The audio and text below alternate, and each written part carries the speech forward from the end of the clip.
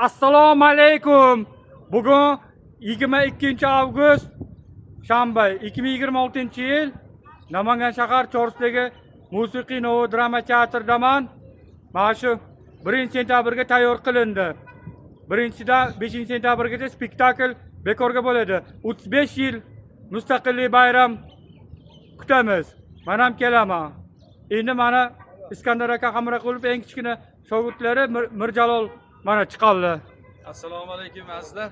Elbek aka, assalomu Alaykum alaykum. assalom. Yaxshimisiz? Sog'lik yaxshimi? Rahmat. Assalomu alaykum azizlar. Barchaga yaxshi kayfiyat tilaymiz. Sog' bo'linglar, salomat bo'linglar. Xudo xohlasa 1-sentyabrdan 5-sentyabrgacha Namangan viloyati musiqali drama teatrida spektakllar bo'lib o'tadi. Kirish mutlaqo bepul. Soat 16:00 da boshlanadi. 1-sentyabrdan 5-sentyabrgacha. Furqat aka, keling aka.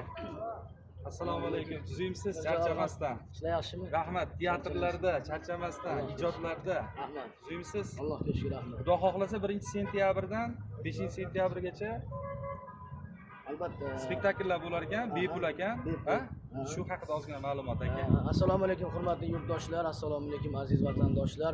Haqiqatan ham mustaqilligimizning 35 yillik munosabati bilan yurtdoshlarimiz uchun Namangan viloyat musiqiy drama teatrida 1-sentyabrdan 5-sentyabrgacha 16:00 da har xil janrdagi spektakllarimiz sizlarga bepul namoyish etiladi.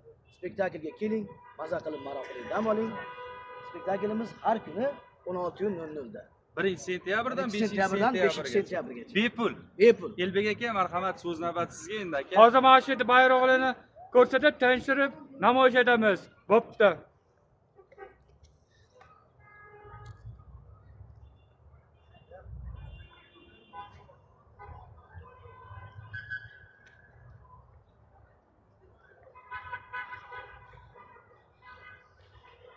Mana o'tgan spektakl ko'rganim. O'tgan shanba 8-avgust kuni spektakl bo'lganda şeyda edim. Mana shu ichkarini ko'rsatdim. Mana shu sahnada chiqqanman. Mana shu monitordagi ichkaridagi sahnada.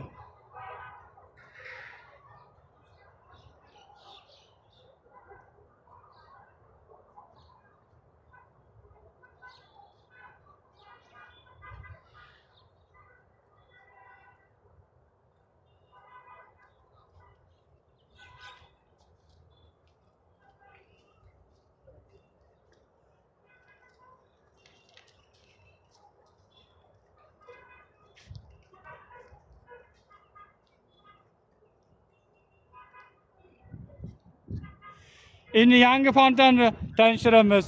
Mana yangi fontan.